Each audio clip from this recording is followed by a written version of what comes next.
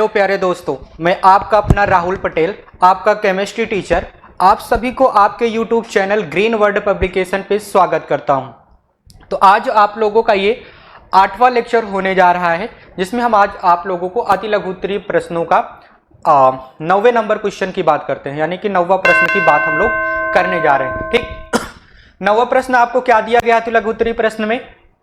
कह रहा है कि क्वथनांक उन्नयन स्थिरांक को परिभाषित कीजिए।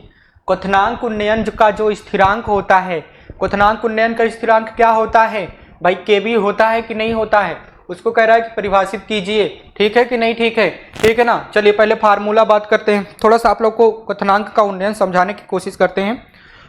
अभी इसका आगे के प्रश्नों में भी यूज होने वाला है, इससे अच्छा है कि मैं पहले से समझा दूं आप लोग को। यहाँ पे स्लाइड भी है, मतलब खाली स्पेस भी बहुत ज़्यादा है, तो यहाँ पे आप लोग को समझा देते हैं।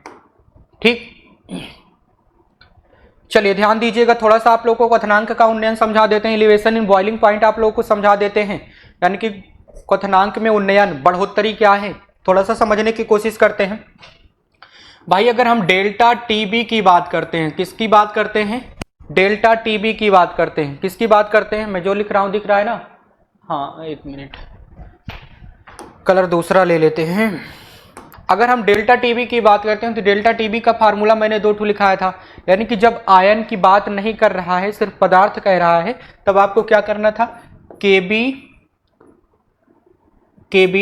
इनटू मोलालिटी, विलेय पदार्थ की मोललता। ठीक है, ये होता था। लेकिन अब क्या कह रहा है कि भाई अगर आयन दिया गया है तो उसके लिए भी एक फार्मूला होता है, delta TB is equal to 1/2 factor into KB into molality. ठीक है कि नहीं? ठीक है, ठीक है ना। केबी क्या है? केबी क्या है? एलिवेशन इन बॉइलिंग पॉइंट का स्थिरांक है, यानी कि क्वथनांक के उन्नयन का स्थिरांक होता है। ठीक है कि नहीं? ठीक है, ठीक है ना। हाँ, आ जाइए जरा। अगर हम क्वथनांक के उन्नयन के स्थिरांक की बात करते हैं तो आंसर में क्या दे रखा है? इकाई मोललता पर क्वथनांक में उन्नयन क्वथनांक उन्नयन स्थिरांक कहलाता है। यानी कि इकाई मोललता का मतलब, अगर आपको मोललता 1 दिया गया है, ठीक, अगर हम यहाँ पे m के जगह पे क्या रख दें? 1 रख दें, ठीक है ना, 1 रख दें, तो जो चेंज आएगा, जो इसका चेंज आएगा बॉइलिंग पॉइंट में, वो केबी ही होगा। क्या होगा भाई? वो केबी ही होगा, यानी कि स्थिरांक के बराबर ही होगा। यानी कि अगर हमें 1 मोलल के लिए देखना है, मोलालिटी आपको, यानी कि मोललता आपको 1 दे रखा है, तो जो डेल्टा टीबी यानी कि चेंज, यानी कि एलिवेशन इन बॉइलिंग पॉइंट, क्वथनांक का उन्नयन किसके बराबर आ जाएगा? स्थिरांक यानी कि केबी के बराबर आ जाता है। और आप लोग को चिंता करने की कोई बात नहीं है। क्यों? क्योंकि केबी का मान हमेशा आपको प्रश्न में दिया जाता है। जब भी आपसे एलिवेशन इन बॉइलिंग पॉइंट पूछा जाएगा, क्वथनांक का उन्नयन पूछा जाता है, तो उसमें आपको ये प्रश्न में मेंशन किया रहता है कि केबी का मान हमने इतना ले रखा है। आगे बात करते हैं हम लोग 10th नंबर के क्वेश्चन की हम लोग बात कर लेते हैं।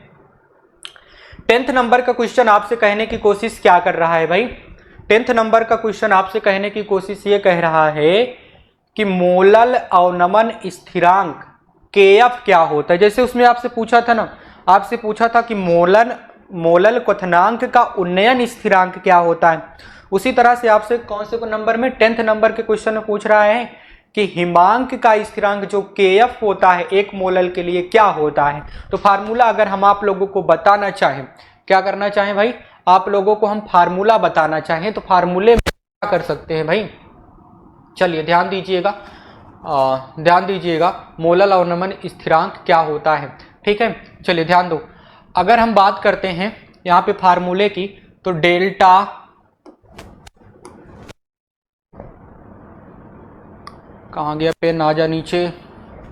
अगर हम बात करें डेल्टा टी एफ की, तो डेल्टा टी एफ बराबर एक फार्मूला बनेगा के एफ इंटू मोलालिटी। ठीक है, जब यहाँ पे आयन की बात नहीं कर रहा होता है तब, और जब आयन की बात कर रहा होता है तो डेल्टा टी एफ बराबर 1/2 फैक्टर इंटू के एफ, ढंग से लिख जाओ, के एफ, ठीक है, इंटू मोलालिटी। ठीक है ना। हम बात करने जा रहे हैं फर्स्ट फार्मूले की।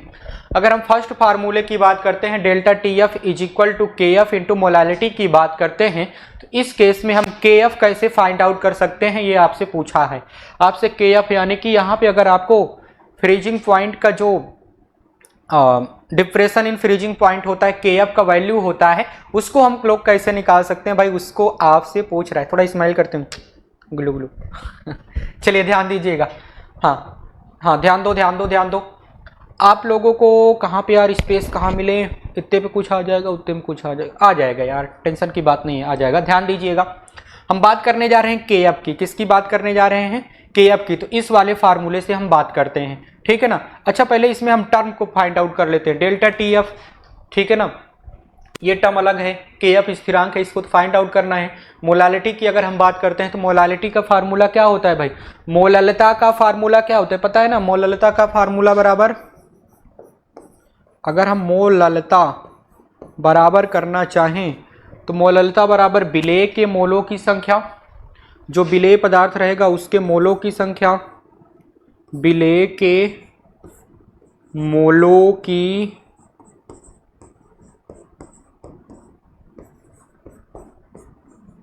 संख्या बटे विलायक का द्रव्यमान किलोग्राम में।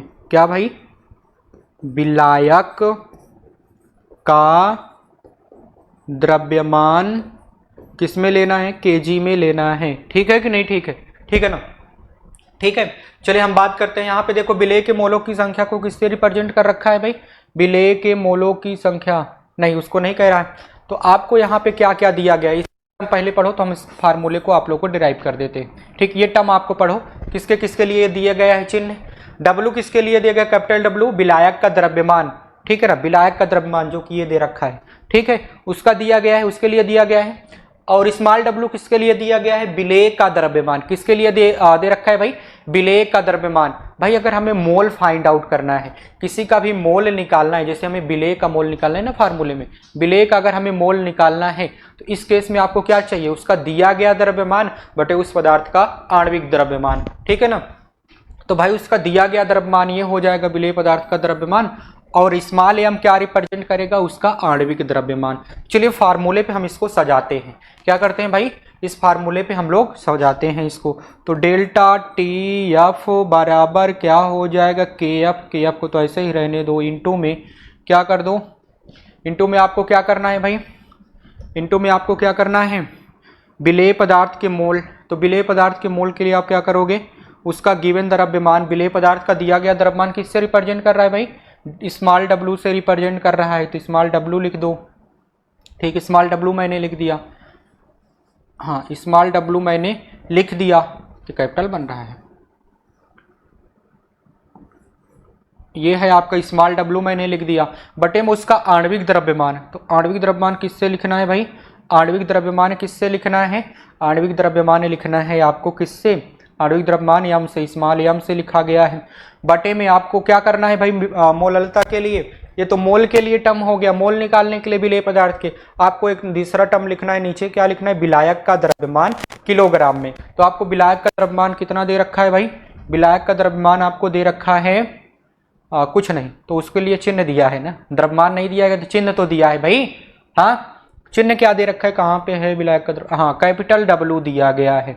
और जब हमको इसको किलोग्राम में लिखना है तो क्या करना पड़ेगा, 1000 से इसको डिवाइड करना पड़ेगा। और इस केस में हमसे क्या पूछ रहा है, के एफ, क्या पूछ रहा है भाई, के एफ पूछ रहा है, के एफ पूछ रहा है, ठीक है। तो जब हम इस वाले टर्म को पूरा उठाएंगे, इधर लाएंगे, व्युत्क्रमित करेंगे, तब ये पलट जाएगा, क्या हो जाएगा भाई, पलट जाएगा। पलटने के बाद क्या बनेगा भाई, हमको के एफ चाहिए, इस वाले टर्म को इधर भेजना है, इस वाले टर्म को क्या करना है भाई, इधर भेजना है, ठीक है। तब यहाँ पे हम क्या लिखेंगे, जैसे हमको ये वाला दिया गया, ये वाला टर्म ऊपर चला जाएगा, ये नीचे चला जाएगा, ये वाला टर्म ऊपर जाएगा, ये नीचे जाएगा, ठीक, ये वाला ऊपर ही रहेगा और ये वाला नीचे रहेगा, ठीक है कि नहीं, ठीक है, ठीक है ना। यानी कि हमें क्या चाहिए भाई, अगर के एफ चाहिए तो हम इस वाले टर्म को उधर भेज रहे हैं, ठीक है, इस वाले टर्म को उधर भेज रहे हैं। यानी कि विलेय पदार्थ का आणविक द्रव्यमान, विलेय पदार्थ का आणविक द्रव्यमान गुणते में, ये तो है, ये है ना भाई, ये तो है, इसको चलो बाद में ही कर देते हैं। गुणते में आपको क्या लिखना है, गुणे में आपको लिखना है, गुणे में आपको लिखना है कैपिटल डब्लू, ये वाला यहाँ पे है ना, तो ये इसके साथ यहाँ पे जाएगा कि नहीं जाएगा भाई, पलटोगे व्युत्क्रमित करोगे कि नहीं करोगे, तो कैपिटल डब्लू को लिख देते हैं। कैपिटल डब्लू क्या है, विलायक का द्रव्यमान है, क्या है भाई, इंटू विलायक का द्रव्यमान कैपिटल डब्ल्यू इंटू में भाई ये तो है ही है डेल्टा टी एफ, इधर तो है ही, इसको लिख देते हैं डेल्टा टी एफ लिख दिए हम। ठीक है, अब क्या हो जाएगा भाई बटे में क्या क्या बच रहा है उसको लिख दो। 1000 बच रहा है और क्या बच रहा है 1000 बच रहा है और क्या बच रहा है विलेय पदार्थ का दिया गया द्रव्यमान बच रहा है। गुणते विलेय पदार्थ का दिया गया द्रव्यमान दिख रहा है ना, रुक जाओ, विलेय पदार्थ का दिया गया द्रव्यमान स्मॉल डब्लू से।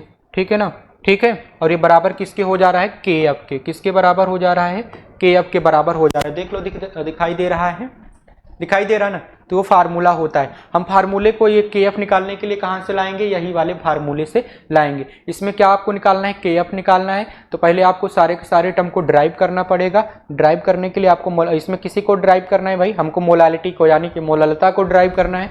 तो मैंने मोललता को पूरा का पूरा ड्राइव कर दिया, फिर मैंने व्युत्क्रमित कर दिया। क्यों व्युत्क्रमित किया, क्योंकि हमको क्या चाहिए भाई के एफ चाहिए। क्या चाहिए के एफ चाहिए। तो भाई जब हमको के एफ चाहिए तो हम क्या कर सकते हैं, हम क्या कर सकते हैं, तो के एफ के लिए हम तो यही कर सकते हैं, पलट सकते हैं कि नहीं पलट सकते हैं। के एफ को इधर रहने देंगे और इसको इधर भेज देंगे, भेज दिया तो वो टर्म बन गया कि नहीं बना, बनाना वो समीकरण, तो यही फार्मूला हो जाएगा आपके के एफ का। ठीक है कि नहीं, ठीक है, ठीक है ना। चलिए 10वें नंबर के क्वेश्चन की बात हो चुकी है, 10वें नंबर के क्वेश्चन की बात हो चुकी है। आप लोग इसको देख भी सकते हो, बहुत आसानी से लिखा गया है, एकदम बाकायदे लिखा गया है। आप लोग इसको स्क्रीनशॉट ले लो, नहीं तो आप लोग एक बार समझ लोगे तो ये आप लोग को हमेशा हमेशा के लिए याद हो जाएगा। इसमें कुछ रॉकेट साइंस नहीं है। ठीक, रुक जाओ, ले लो स्क्रीनशॉट। और मैं नहीं आऊँगा, चलो मैं नहीं आ रहा हूँ, ले लिया, आगे बढ़ता हूँ। अब कौन से क्वेश्चन की हम लोग बात कर लेते हैं भाई, कैसे नंबर के क्वेश्चन की बात करते हैं। आपको 11वें नंबर का क्वेश्चन कह रहा है कि NaCl विलयन का हिमांक कम होता है तथा जल का अधिक होता है। भाई क्या कहने की कोशिश कर रहा है कि NaCl का हिमांक कम होता है। अच्छा, थोड़ा सा हिमांक के बारे में समझा देते हैं। जैसे हमने हिमांक का डिप्रेशन इन फ्रीजिंग पॉइंट पढ़ा था ना, हिमांक का अवनमन हम लोगों ने पढ़ा था कि नहीं पढ़ा था, तो उसको थोड़ा सा हम समझाने के ग्राफ के थ्रू समझाने की बात करते हैं। मान लीजिए आपको ये ग्राफ, कहाँ जिराफ दिया गया है, यहीं नीचे बात कर लेते हैं। ठीक है, मैं भी आना चाहूँ। ठीक, हाँ, ये तुम किधर जाओ भाई, तुम इत्थे ही रहो, यहाँ पे रहो। ठीक है, हाँ, हम बात कर लेते हैं थोड़ा सा जिराफ की, ग्राफ की बात कर लेते हैं। ठीक है ना, मान लीजिए आपको सिर्फ विलायक पदार्थ दिया गया है। क्या दिया गया है भाई, आपको विलायक पदार्थ दिया गया, आपने ठंडा किया, ठंडा हो गया इतने पे। ठीक है कि नहीं, ठीक। मान लो आपको विलायक पदार्थ को बर्फ बनाना है। क्या बनाना है, बर्फ बनाना है। तो बर्फ बनाने के लिए आपने इतने तक ठंडा किया, इस वाले टेम्परेचर तक आपने ठंडा किया। रुक जाओ, इसको और भी घटिया बनाते हैं, मतलब और भी बढ़िया बनाते हैं। विलायक पदार्थ आपको दिया गया था, आपने क्या किया, उसका टेम्परेचर यहाँ तक डिक्रीज किया, तब ये बर्फ बन गया था। ठीक है ना, आपने इसमें कुछ पदार्थ को मिला दिया जो कि विलेय पदार्थ था। विलेय पदार्थ जैसे ही आपने मिलाया वो क्या बन जाएगा, इसका विलयन बन जाएगा। और जब विलयन को आपको ठंडा करना है तो विलयन को ठंडा करने के लिए आपको इतना ठंडा करना पड़ेगा अब। ठीक है, क्योंकि आपने कुछ ऐसा पदार्थ ले लिया है जो कि जिसकी वजह से क्या आ जा रहा है, हिमांक का अवनमन हो जा रहा है। यानी कि अगर हमें बर्फ बनाना है, ठंडा करना है किसी चीज़ को, तो और भी ज़्यादा हमको कम टेम्परेचर करना पड़ेगा, मतलब टेम्परेचर में और कमी लानी पड़ेगी। इसी को हिमांक का अवनमन कहते हैं, हिमांक में और भी ज़्यादा कमी आ जाना। ठीक है कि नहीं, ठीक है, ठीक है ना, हाँ, उसी को तो कहते हैं। तो पूछा क्या जा रहा है, NaCl विलयन का हिमांक कम है। हाँ, मान लीजिए कि NaCl का विलयन था, उसका हिमांक कम था तथा जल का अधिक होता है। मान लो जल का हिमांक अधिक, मान लो NaCl का आपको दिया गया है हिमांक, कितना दे रखता है आपको भाई, NaCl का मान लीजिए आपको दिया है कितना मान लेते हैं, -0.5 दे रखा है। ठीक है, -0.5 दे रखा है। ठीक, तो जल का अधिक होता है, अधिक होने का मतलब क्या हो गया भाई, अधिक होने का मतलब ये हो गया कि आपको दिया है जल के लिए 0.5 दे रखा है। 0.5 नहीं, यहाँ पे 1 मान लेते हैं, 0 ही मान लेते हैं। कितना मान लेते हैं, 0 ही मान लेते हैं। अच्छा, एक मिनट, फिर से क्वेश्चन को रीड करते, कहने की कोशिश क्या कह रहा है कि NaCl विलयन का हिमांक कम होता है। हिमांक कम होने का मतलब क्या हो गया भाई, यानी कि हम इसको जब ठंडा करना है, बर्फ बनाना है, तो इसके लिए हमें ज़्यादा ठंडा नहीं करना पड़ेगा, ठीक है ना। यानी कि अगर हमें जल को करना है तो जल को करने के लिए हमें ज़्यादा ठंडा करना पड़ेगा। तो हमें यहाँ पे क्या कर देना है भाई, जैसे हम बात कर लेते हैं यहाँ पे -1 कर देते हैं, जल के लिए हम कर देते हैं -1। ये है किसके लिए कह देते हैं, NaCl के लिए कह देते हैं, ये कह देते हैं वाटर के लिए, ठीक है ना, इसको हम कह देते हैं वाटर के लिए। ठीक, अब ये क्या कह रहा है, अब कह रहा है कि जब NaCl विलयन, जबकि NaCl विलयन का क्वथनांक जल से अधिक होता है, ऐसा क्यों हो रहा है। NaCl विलयन का क्वथनांक, ठीक है ना, क्वथनांक विलयन का क्वथनांक जल से अधिक क्यों हो रहा है, यानी कि अगर हमें NaCl को बॉयल करना है, क्या करना है, बॉयल करना है, ठीक है, तो उसका क्वथनांक क्यों हो रहा है। तो आपको उत्तर में क्या दे रखा है भाई, उत्तर को थोड़ा सा आपको समझाने की कोशिश करते हैं। जब किसी विलेय को, अच्छा ये कहाँ पूछा गया था, देखो 2018 में ग्रुप डी में, GD में पूछा गया था। जब किसी विलेय को जल में घोला जाता है तब वाष्प दाब कम हो जाता है, ठीक है। जब किसी विलेय पदार्थ को जल में घोल देते हो तो क्या हो जाता है भाई, वाष्प दाब कम ही हो जाएगा, होता है कि नहीं। इसको क्या कहते हैं, अपेक्षित वाष्प दाब का अनुमान कहते हैं। जबकि कम ताप पर जमता है, कम ताप पर जमता है मतलब विलयन उच्च ताप पर उबलता है, और कम ताप पर क्या होता है भाई, जमता है। विलयन क्या हो जाएगा भाई, उच्च ताप दे दोगे उबल जाएगा, कम ताप कर दोगे जम जाएगा, हाँ मान लिया। आगे, यही कारण है कि NaCl विलयन का हिमांक कम होता है तथा जल का अधिक होता है। यही कारण है कि NaCl विलयन का हिमांक कम होता है तथा जल का अधिक होता है, ठीक है कि नहीं, ठीक। अच्छा, यहाँ पे ये बात कर रहा है कि आपने क्या किया था, आपने किसी विलायक पदार्थ को ले रखा था, ठीक है ना। जब वो शुद्ध अवस्था में इतना वाष्प दाब दे रहा था तो आपने क्या कर, मान लो कितना भी दे रहा था, इतना दे रहा था, आपने उसमें विलेय पदार्थ मिला करके विलयन बना दिया, तब उसका वाष्प दाब कम हो गया। यानी कि अब वाष्प दाब कम हो गया तो उतना ही वाष्प दाब प्राप्त करने के लिए आपको क्या करना पड़ेगा, टेम्परेचर को बढ़ाना पड़ेगा, क्वथनांक बढ़ जाएगा भाई, हाँ ऑब्वियस सी बात है बढ़ जाएगा, ठीक है कि नहीं, ठीक है, ठीक है ना। जब वही विलायक पदार्थ, सॉरी वही विलेय पदार्थ अलग है, अब आपको क्या करना है, उसको ठंडा करना है। क्या करना है भाई, ठंडा करना है। तो आपको बहुत ज्यादा टेम्परेचर को कम करने की आवश्यकता नहीं है, ठीक है ना। आपको टेम्परेचर को बहुत ज्यादा कम करने की आवश्यकता नहीं है, वो ठंडा हो जाएगा, बर्फ बन जाएगा, जम जाएगा, ठीक है कि नहीं, ठीक है। अगर आपने उसमें पानी मिला, जैसे इसी में एक और टर्म दिया, मिलाने की बात नहीं कर रहा है, इसमें एक और टर्म दिया गया कि जल है, तो जल को क्या करना है भाई, अगर आपको उसको ठंडा करना है, जल बर्फ बनाना है जल को, तो भाई उसके लिए हमें टेम्परेचर को बहुत ज्यादा लो करना पड़ेगा, बहुत ज्यादा लो करना पड़ेगा। यानी कि आपको कोई पदार्थ जो जिसका जितना ज्यादा क्वथनांक होता है, ठीक है, जिसका जितना ज्यादा क्वथनांक होता है उसका उतना ज्यादा हिमांक भी होता है, ये कहने की बात कर रहा है, ठीक है कि नहीं, ठीक है। नहीं समझ में आया, एक बार मैं आप लोगों को फिर से एक्सप्लेन कर देता हूं। क्वेश्चन फिर से एक बार रीड करिए, धैर्यपूर्वक रीड करिएगा। कहने की कोशिश ये किया जा रहा है कि NaCl विलयन का हिमांक कम होता है, ठीक, NaCl विलयन का हिमांक कम होता है। मान लीजिए NaCl का कोई भी विलयन है, उसका हिमांक कम है, यानी कि आपने उसको ठंडा करने के लिए बहुत ज्यादा टेम्परेचर को कम करने की आवश्यकता नहीं है। लेकिन जब जल था भाई, उसको अगर बर्फ बनाना है तो बर्फ बनाने के लिए उसके लिए टेम्परेचर को बहुत ज्यादा माइनस में ले जाना पड़ रहा है, उसकी अपेक्षा, इस वाले की अपेक्षा, NaCl की अपेक्षा कम करने की आवश्यकता है। अब यही टर्म जस्ट अपोजिट सोच लेते हैं। जस्ट अपोजिट में क्या हो जा रहा है कि जो विलायक पदार्थ यानी जल है, उसका वाष्पशीलता शुद्ध अवस्था में तो ज़्यादा थी, लेकिन जब हमने NaCl मिला दिया, यानी कि NaCl के आ जाने की वजह से क्या हो जाएगा भाई, उसका अपेक्षित अवनमन हो जाएगा कि नहीं हो जाएगा, वाष्प दाब में कमी आ जाएगी, ठीक है ना। तो सीधे सीधे ये कह रहा है कि जिसका क्वथनांक ज़्यादा, उसका हिमांक भी क्या होता है, बहुत ज़्यादा माइनस में जाएगा, ठीक है कि नहीं, ठीक है, ठीक है ना, ठीक। चलिए आगे बात कर लेते हैं। बहुत ज़्यादा माइनस में जाएगा, मैंने कहा क्या लिखा है मैंने, 0.5, हाँ 0.5 कम है, -1 ज़्यादा है, सही तो है। चलिए, हाँ कंफ्यूज मत हो जाना भाई। अच्छा बता दो इसमें कौन ज़्यादा है कौन कम है, आप लोग इसको बताइएगा मुझे। आगे बढ़ते हैं। आगे क्वेश्चन क्या दिया गया है, अर्धपार्यगम्य झिल्ली क्या होती है। आपसे पूछ रहा है कि अर्धपार्यगम पार्य नहीं पारगम्य झिल्ली क्या होती है, यानी कि सेमी परमिएबल मेम्ब्रेन क्या होती है। सेमी परमिएबल मेम्ब्रेन ये जंतुओं के चमड़ी से बनाई जाती है, ठीक है ना। या फिर हम बात कर लेते हैं, जैसे आप लोगों ने अंडा छीला ही होगा, खाते ही हो, हाँ, नॉन वेजिटेरियन हो, मैं भी नहीं, मैं नहीं हूँ यार, मैं तो वेजिटेरियन खा लेता हूँ कभी कभार मन करता है तो चलिए कोई बात नहीं है। हम बात करते हैं, जैसे आपने अंडा छीला, अंडा छीलते हो तो ऊपर का जो उसका छिलका रहता है हटाते हो, उसके अंदर एक पतला सा लेयर आता है ना, आता है कि नहीं आता है भाई, आता है। तो वो एक सेमी परमिएबल का काम करती है। उससे क्या हो जाएगा भाई, आपने अगर आस्मोसिस चेक करना है, परासरण चेक करना है, तो आप क्या करोगे, कोई एक बर्तन लोगे, क्या करोगे भाई, एक बर्तन लो, पेन आ जा भाई, पेन आ गया, आ जाओ नीचे जाओ, ऐसे नीचे चले जाओ, हाँ ऐसे चले जाना, ठीक है।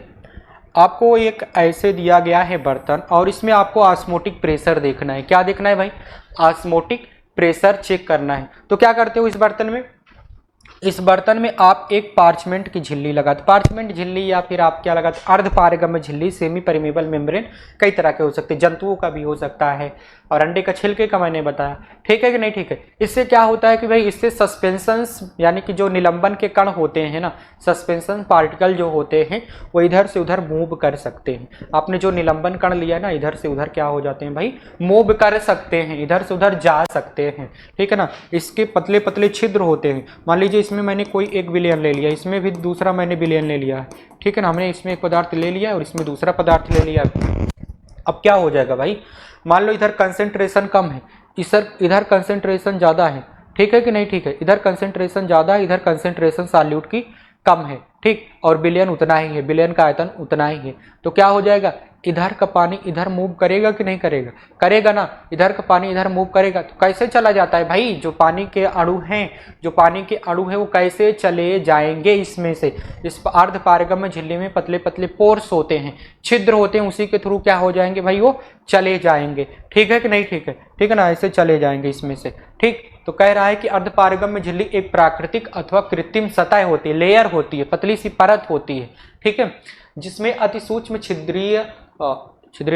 सूक्ष्मदर्शीय छिद्रों का जाल होता है, ठीक है ना। इन छिद्रों से जल जैसे विलायक के छोटे अणु, जल जैसे विलायक का छोटा अणु तो पास हो सकता है, परंतु विलेय के बड़े अणु नहीं जा सकते हैं।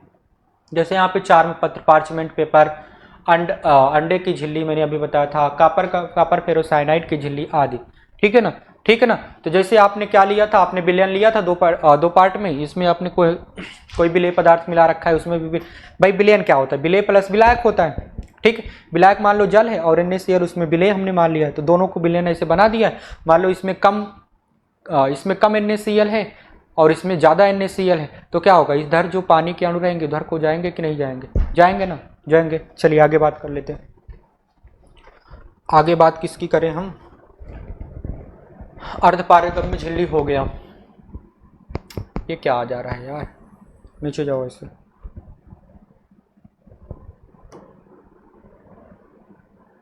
हट गया, हटा। चलिए नेक्स्ट क्वेश्चन, अरे कहाँ ज़्यादा जा रहा है, हाँ ये समझाना है 13वें नंबर क्वेश्चन को। 12 नंबर तक हम लोगों ने किया था, 12 ही तो किया था, 12 नंबर तक किया था, 13वें की बात कर लेते हैं। 13वें नंबर क्वेश्चन में क्या कह रहा है भाई, 13th क्वेश्चन में ये कह रहा है कि क्या होता है जब लाल रक्त कणिकाएं 1% NaCl में डाल दिया जाए, ठीक है ना। लाल रक्त कणिकाएं जो होती हैं, हमारी RBC जो होता है ना, उसको 1% तक मोलारिटी, मान लो कि वहां पर NaCl का कंसेंट्रेशन 1% है, उसमें डाल दिया जाए, और दूसरा दिया गया है 0.5% तक है। भाई यहाँ पे सांद्रता 1% की है, फर्स्ट पार्ट में NaCl की सांद्रता कितनी है भाई, NaCl की सांद्रता 1% की है, जबकि सेकेंड पार्ट में NaCl की सांद्रता कितनी दे रखी है भाई, NaCl की सांद्रता आपको दे रखी है 0.5, यानी कि इसकी सांद्रता मोर है, बहुत मोर लिख देते हैं, ज़्यादा है, और इसकी सांद्रता क्या है, लेस है, ठीक है ना, ठीक।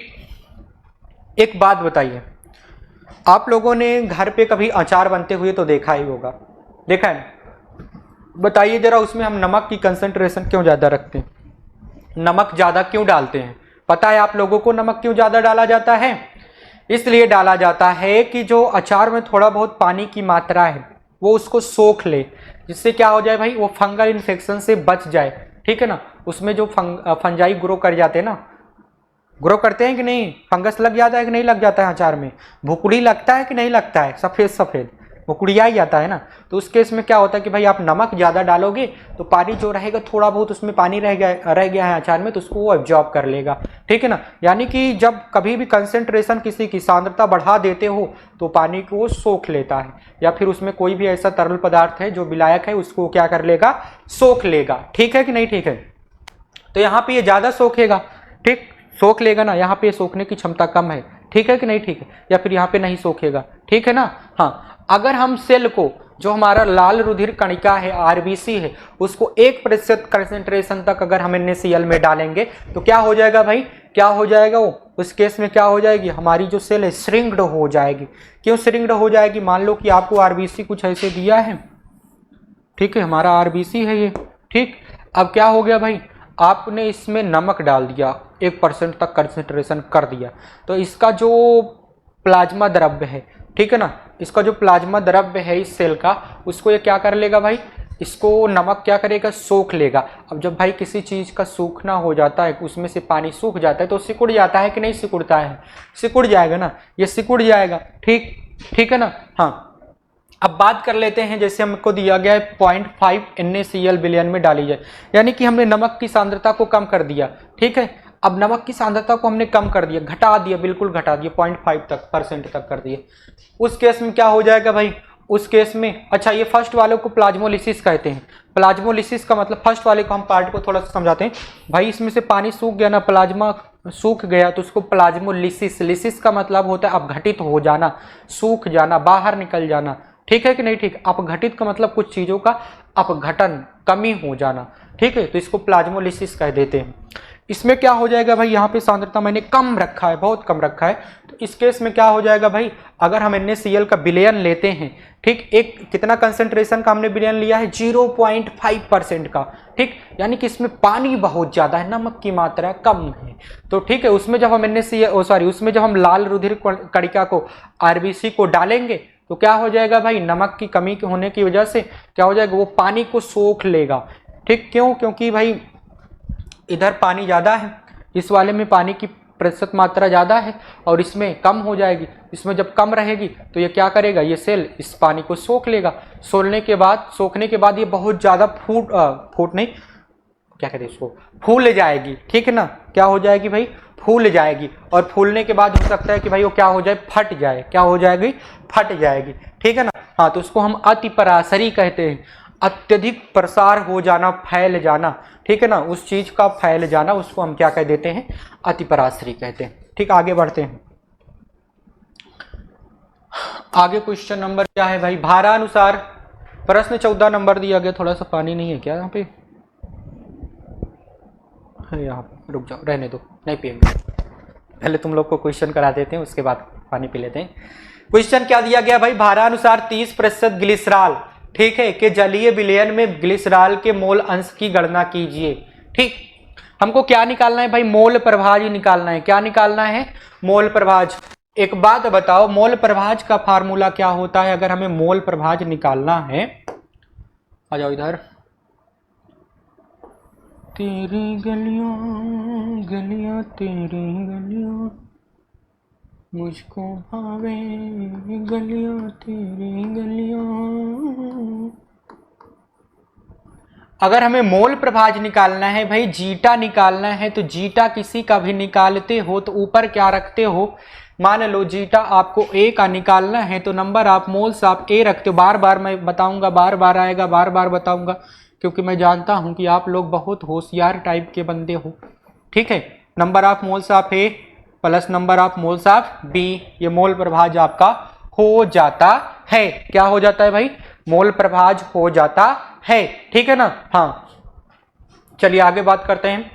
ये तो इसमें हम फार्मूला दे रखा है मोल प्रभाज का, लेकिन अब ये बात उठती है कि भाई हमें पहले दोनों के मोल चाहिए। क्या चाहिए, दोनों के मोल चाहिए। तो जब आपको मोल निकालना होता है तो मोल का फार्मूला मैंने बताया था आप लोगों को, अगर याद हो तो मोल निकालने के लिए दिया गया द्रव्यमान, प्रश्न में आपको दिया गया द्रव्यमान, ठीक है ना, प्रश्न में आपको दिया गया द्रव्यमान बटे में क्या, बटे में जिसका भी मोल निकालना है उसका आणविक द्रव्यमान लिखना पड़ेगा। ठीक है कि नहीं? ठीक है ना। तो चलिए पहले हम मोल फाइंड आउट करते हैं, तब इस वाले फार्मूले पे, मोल प्रभाज के फार्मूले पे रख करके हम लोग सॉल्व कर लेंगे। ठीक, चलिए थोड़ा सा बाल झाड़ लेते हैं। अच्छा लग रहा हूं मैं? कितना हैंडसम लग रहा हूं मैं, लग रहा हूं ना? चलिए ध्यान दीजिएगा, हमें मोल प्रभाज निकालना है, तो इसके लिए पहले हम मोल फाइंड आउट कर लेते हैं सभी का। पहले हम मोल किसका निकाल लेते हैं? एथेनॉल का। एथेनॉल दिया गया है क्या? सॉरी, ग्लिसरॉल आपको दिया गया है। ग्लिसरॉल C3H8 और क्या है? O3। ठीक है कि नहीं? ठीक है, ये फार्मूला होता है। तो पहले अगर हम इसका मोल निकालना चाहें तो पहले हमें क्या क्या चाहिए भाई? उसका दिया गया द्रव्यमान। अगर ये 30% कह रहा है, यानी कि विलयन बन रहा है जल का, विलयन बन रहा है जल और इसका ग्लिसरॉल का 100 ml, ठीक है, या 100 ग्राम बात कर देते हैं, तो उस 100 ग्राम में से 10% दिया गया नहीं, 30% ग्लिसरॉल है, यानी कि 30 ग्राम क्या है भाई? ग्लिसरॉल है। ठीक है कि नहीं? ठीक है, तो भाई हम 30 ग्राम क्या रख देते हैं? ग्लिसरॉल रख देते हैं, और बाकी बचा कितना? 70%, तो 70% यानी कि 70 ग्राम आपका जल हो जाएगा। ठीक है ना? तो 30% आपका ग्लिसरॉल हो गया, ग्लिसरॉल मैंने रख दिया, बटे में उसका आणविक द्रव्यमान निकाल लो यार। कार्बन का 12 होता है, तो 12 दूनी 24, 12 तिहाई 36, 12 तिहाई 36 और 36, एक हाइड्रोजन का 1 होता है, हाइड्रोजन का 1 होता है, तो 8 हाइड्रोजन का 8 हो जाएगा, तो 36 8 कितना हो जाएगा? 44 हो जाएगा, और 44 में 3 ऑक्सीजन का जोड़ देना है, तो 16 दूना 32, 16 तिहाई 48, 80 और 48 में 4 जोड़ो 18, 12, 92 हो जाएगा। कितना आएगा भाई? ये 92 आएगा। कितना आएगा? 92 आएगा। कितना आएगा भाई? 92 आ गया। और जब आप इसको सॉल्व करोगे, क्या करोगे भाई? सॉल्व करोगे तो ग्लिसरॉल के मोल की संख्या कितनी आ जाएगी भाई? सॉल्व करो, ये 92 और 30/92 कितना हो जाएगा भाई? 30/92, ये तो 0 तक जाएगा, 3 9 3 3 9, तो 0.9, फिर कितना बचेगा? ये 3 तक, हाँ 3 तक ही ले जाते हैं, 3 तक जाएगा, 0.93 मोल आ गया। कितना आ गया भाई? 0.93 मोल आ गया ये। ठीक है कि नहीं? ठीक है, 0.93 मोल। गलत किया हूँ क्या मैं भाई? 3 3 9 होता है, ओ 3 बार जाएगा भाई, यहाँ पे गलती है, 0.93 नहीं रहेगा, 3 3 9 होता है, तो 3, फिर वहाँ पे अगर हम 10 मान के चलेंगे तो ये आपका 3 ही बार तो जाएगा, 3 हो गया, तो 0.33 हो गया, तो 0.33 मोल आ गया इसका। और इसकी बात कर लेते हैं, किसके मोल की? अब हम लोग बात करने जा रहे हैं, इसको थोड़ा सा ऊपर कर देते हैं, जगह बन जाए। इसकी बात कर लेते हैं किसके लिए? जल के लिए। तो जल के लिए, जल का ही है ना, जल की बात कर लेते हैं। तो number of moles of H2O की जब हम बात करेंगे, तो H2O के केस में हम क्या लिखेंगे भाई? इसका दिया गया द्रव्यमान, तो 100 ग्राम में से 30 ग्राम तो ये हो गया, 30% तक 30 ग्राम ये हो गया, तो बाकी बचा 70, तो यानी कि 70 ग्राम जल हो गया, बटे जल का कितना आणविक द्रव्यमान होता है? 18, तो कितना हो जाएगा? कितना हो जाएगा? 0.3 बार ही ले जाएंगे, पॉइंट कहाँ जाएगा? देखो 18 दूनी 36, 18 3 54, 18 चौक 72 हो जाएगा, तो 4 बार नहीं जाएगा, 3 ही बार ले जाएगा, तो बराबर ही हो जाएगा, 3 हो जाएगा। और कितना हो जाएगा भाई? अब कितना बच रहा है? 3 दशमलव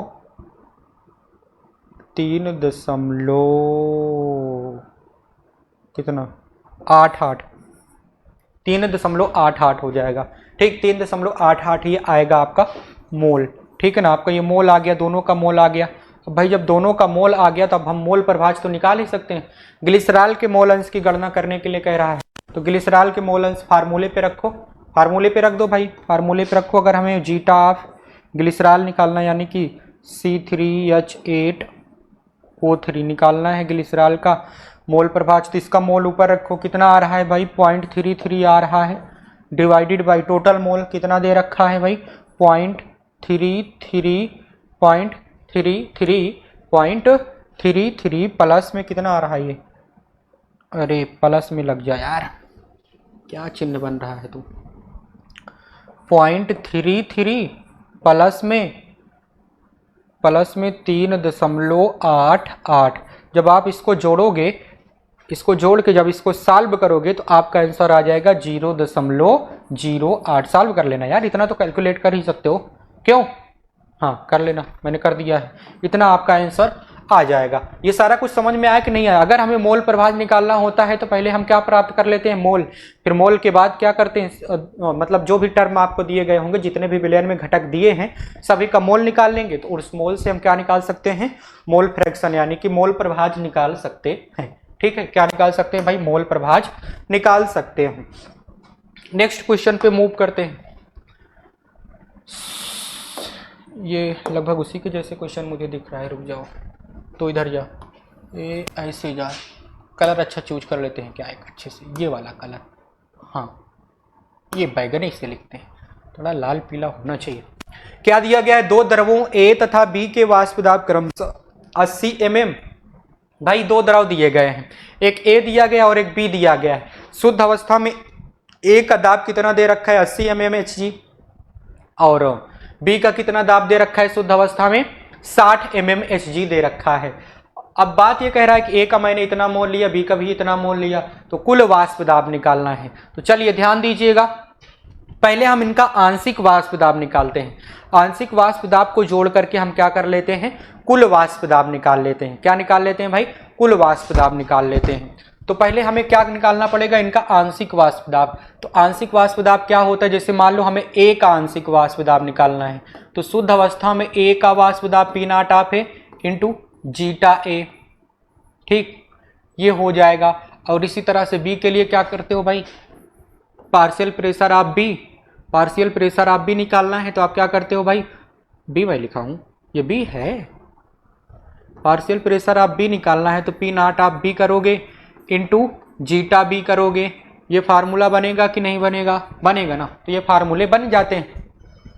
तो शुद्ध अवस्था में तो इनका वाष्प दाब दे रखा है, ठीक है ना, सभी का वाष्प दाब दे रखा है। अब बात ये होता है भाई कि हम इनके मोल प्रभाज कैसे निकालें, तभी तो बताया था ना भाई मैंने। तो मोल प्रभाज अगर हमें ए का निकालना है, ए का मोल फ्रैक्शन हम निकाल लेते हैं। तो ए का मोल कितना दिया गया है भाई? 3 दिया गया है, बटे में टोटल मोल उसका 2 है, तो 3 2 5 हो जाएगा। तो 3 2 5 कितना हो जाएगा? ये 0.6 आएगा, 0.6 आएगा। कितना आएगा भाई? ये 0.6 आ जाएगा। अब हम बात कर लेते हैं किसकी? किसकी बात कर लेते हैं? मोल प्रभाज किसकी बात कर लेते हैं भाई? बी के लिए। तो बी के लिए हम बी के मोल की संख्या को ऊपर रखेंगे, 2 है, बटे में 5 है ना, तो कितना हो जाएगा? ये 0.4 आ जाएगा, 0.4 आ जाएगा। अब हम इनका पार्शियल प्रेशर निकाल लेते हैं, ये इस वाले फार्मूले पे रखते हैं। पार्शियल प्रेशर आप बे नहीं पार्शियल प्रेशर आप ए का निकालते हैं। तो ए का शुद्ध अवस्था में वाष्प दाब कितना है? 80 है, इंटू में कितना इसका मोल प्रभाज है भाई? 0.6 है। ठीक, इसको मैंने बहुविकल्पी में कराया तो था यार, मुझे जहां तक याद है बहुविकल्पी में मैंने इसको कराया था। ये वाला प्रश्न हुआ था ना? हुआ था, चलो कर ही देते हैं, ध्यान दीजिएगा। ये इतना हो गया। ठीक, अब जब इसको सॉल्व करोगे तो कितना आएगा? ये 8 दूना 16, 8 24, 8 32, 8 5 40, 8 6 48, ये 48 आ जाएगा। ठीक, पार्शियल प्रेशर ए का, यानी कि ए का आंशिक वाष्प दाब 48 आ जाएगा। ए का आंशिक वाष्प दाब कितना आएगा भाई? 48 आएगा कि नहीं आएगा? आएगा ना। हाँ, अब हम लोग बात किसकी करने जा रहे हैं? हम लोग पार्शियल प्रेशर ऑफ बी की बात कर लेते हैं। तो बी के लिए कितना शुद्ध अवस्था में वाष्प दाब दे रखा है? 60 दे रखा है। मोल कितना है इसका?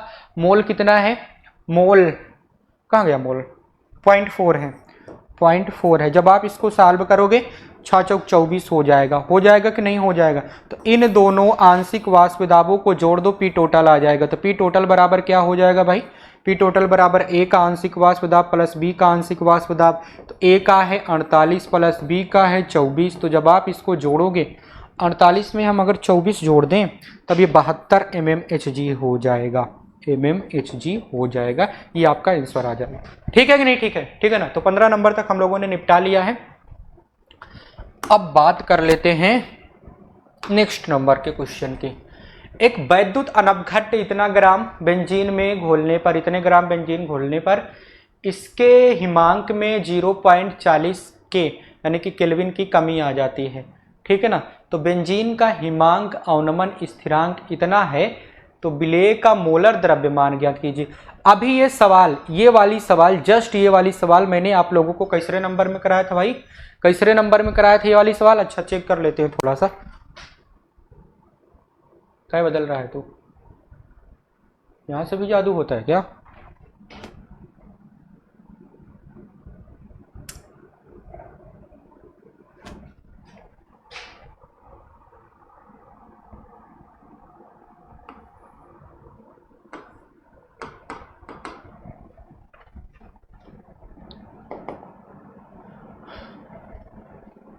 स्लाइड किधर गई?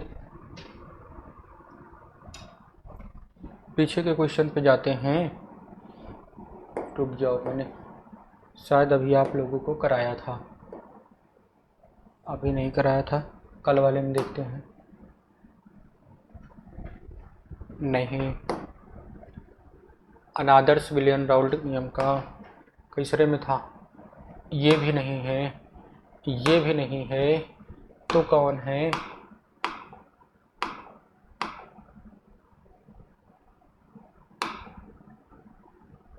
मैंने अभी तो पढ़ाया था यार, कहाँ गया वो?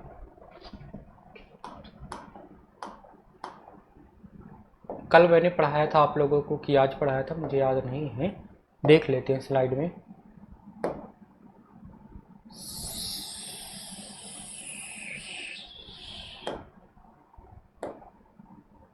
हाँ ये देखो, इसमें मैंने पढ़ाया था कि नहीं, अभी बताया था के एफ का मान निकाल के, इसमें मैंने बताया था ना आप लोगों को, के एफ का मान निकाल के बताया था ना इसमें।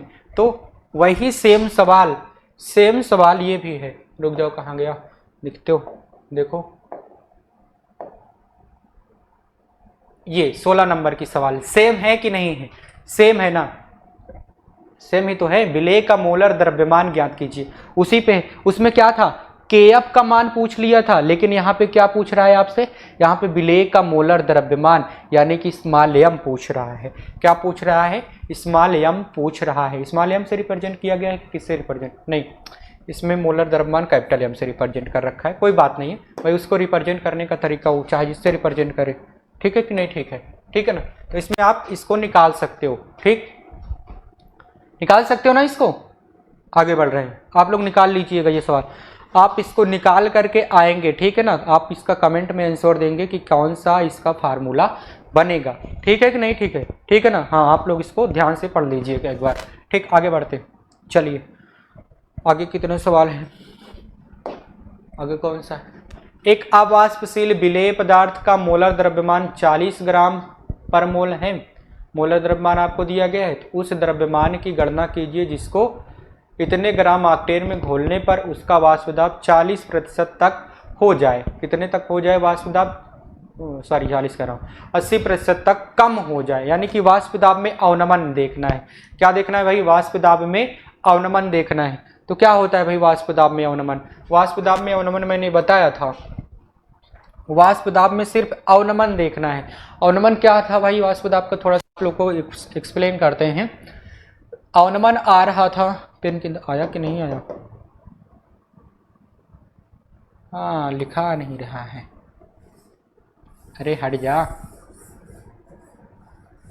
जो अवनमन हो रहा था वाष्प दाब में जीटा बी के कारण हो रहा था कि नहीं हो रहा था? P not of A minus P A divided by P not of A, ये फार्मूला बन रहा था कि नहीं बन रहा था? बन रहा था ना। तो आपसे पूछा क्या है? आपसे पूछा है सिर्फ जीटा बी। क्या पूछा है? जीटा बी पूछ रहा है। वाष्प दाब में कितने की कमी आएगी? इसके बराबर आएगी कि नहीं आएगी? जीटा बी के बराबर कमी आएगी कि नहीं आएगी? ठीक है ना, आपको पूरा एक्सप्लेन भी किया गया है। वाष्प दाब में अवनमन डब्ल्यू बी इंटू क्या यम ए है कि नहीं है? यम ए क्या है भाई? यम ए क्या है? ठीक है, यम ए क्या है? यम ए का आणविक द्रव्यमान क्या है भाई? ए का आणविक द्रव्यमान। अच्छा पहले हम इसको सॉल्व करते हैं, रुक जाओ सॉल्व कर देते हैं, नहीं तो आप लोग कंफ्यूज हो जाओगे, कहोगे सर सॉल्व नहीं कर रहे हैं। जो मैंने 16 नंबर स्किप किया ना, आप लोग उसको सॉल्व करिएगा, ठीक है ना। उसके जैसे मैंने एक सवाल करा दिया है, ठीक है कि नहीं? ठीक है, आप उसी के जैसे सॉल्व कर सकते हो। थोड़ा बहुत आप लोग भी तो मेहनत करो यार, हाँ करोगे कि नहीं करोगे? चलिए रुक जाइए जरा, पेन का कलर थोड़ा सा अलग ले लेते हैं। अलग ले लिया हमने पेन का कलर।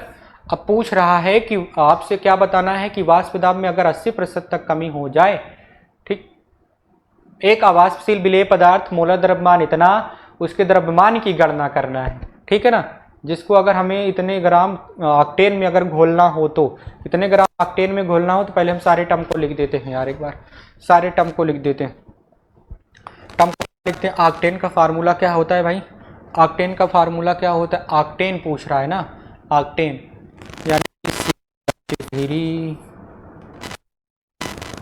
CH2 बना CH2 कितना बार CH2 कितना हो गया? 1 2 3 4 5 6 CH2 7 CH3 1 2 3 4 5 6 7 8। कार्बन कितना है? 8 आ रहा है, 8 कार्बन आ रहा है। हाइड्रोजन कितना है भाई? 3 2 5 2 7 2 9 2 11 2 13 2 15 3 15 3 18 18 ही तो होगा ना। 3 2 5 2 7 2 9 2 11 2 13 13 2 15 15 3 18, तो H18 हो रहा है, H18 हो रहा है। तो आप इसका पहले आणविक द्रव्यमान लिख लो। एक कार्बन का होता है 12 12 24 36 12 39 12 50 12 74 84 12 96 12 96 हो गया। तो 96 में आपको क्या जोड़ना है? 18 जोड़ना है। तो 18 आप जब जोड़ोगे तो ये कितना हो जाएगा? 114 हो जाएगा कि नहीं हो जाएगा? 114 हो जाएगा। ठीक है कि नहीं? ठीक है, ठीक है ना। तो अब हम बात कर लेते हैं किसकी? वाष्प दाब में अवनमन की। तो वाष्प दाब में अवनमन मतलब मोल प्रभाज जीटा बी। जीटा बी क्या होता है भाई? जीटा बी अगर हमें को निकालना है तो बी के मोलों की संख्या, बी के मोलों की संख्या बटे में टोटल मोलों की संख्या, ठीक है ना। कितना? बी के मोलों की संख्या कैसे लिखें इसको भाई? बी का दिया गया द्रव्यमान, ठीक है, बी का दिया गया द्रव्यमान given weight divided by molecular weight,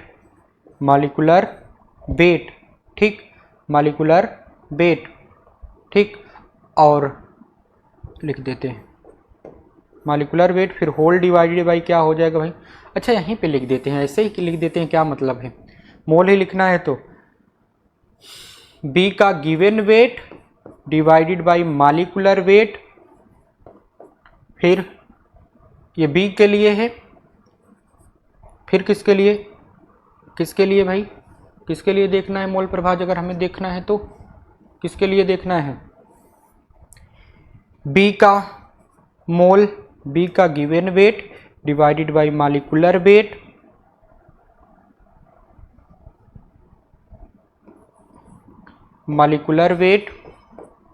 ठीक, प्लस में ए का गिवन वेट डिवाइडेड बाई इसका मॉलिक्यूलर वेट, ठीक है। इससे आपका मोल प्रभाज निकल के आ जाएगा। आप इसको सॉल्व कर लीजिएगा, ठीक है ना। मैंने फार्मूला आप लोग को बना दिया, आप इसको सॉल्व कर सकते हो आसानी से, ठीक है नहीं? ठीक है, ठीक है, आप इसको टर्म को सॉल्व कर सकते हो। जिसका भी पूछा है, इसका पूछ रखा है भाई, उसके उस द्रव्यमान की गणना कीजिए। किसके द्रव्यमान की? विलेय पदार्थ की। और विलेय पदार्थ इसमें क्या हो सकता है भाई? जो कम होगा। 40 ग्राम है, 40 ग्राम है, क्या है 40 ग्राम भाई? इसमें 40 ग्राम है। किसका क्या बन रहा है? एक अवाष्पशील विलेय पदार्थ का मोलर द्रव्यमान इतना है, उस 40 है कि उस द्रव्यमान की गणना कीजिए जिसको 114 ग्राम ऑक्टेन में घोला गया है, ठीक है ना। कोई भी है, हमें उसका आणविक द्रव्यमान निकाल लेना है। आपको कोई भी दिया गया है उसका हमें क्या निकाल लेना है? आणविक द्रव्यमान की गणना कर लेनी है। आप लोग इसको सॉल्व कर लीजिएगा, ठीक है। तो आपका अति लघुत्तरीय प्रश्न यहीं पे समाप्त होता है। तब तक के लिए आप लोग क्या करते रहिए भाई, आप लोग अपने YouTube channel green word publication को सब्सक्राइब करते रहिए, वीडियो को शेयर करते रहिए दोस्तों के साथ, ताकि भाई उनको भी बेनिफिट मिल सके।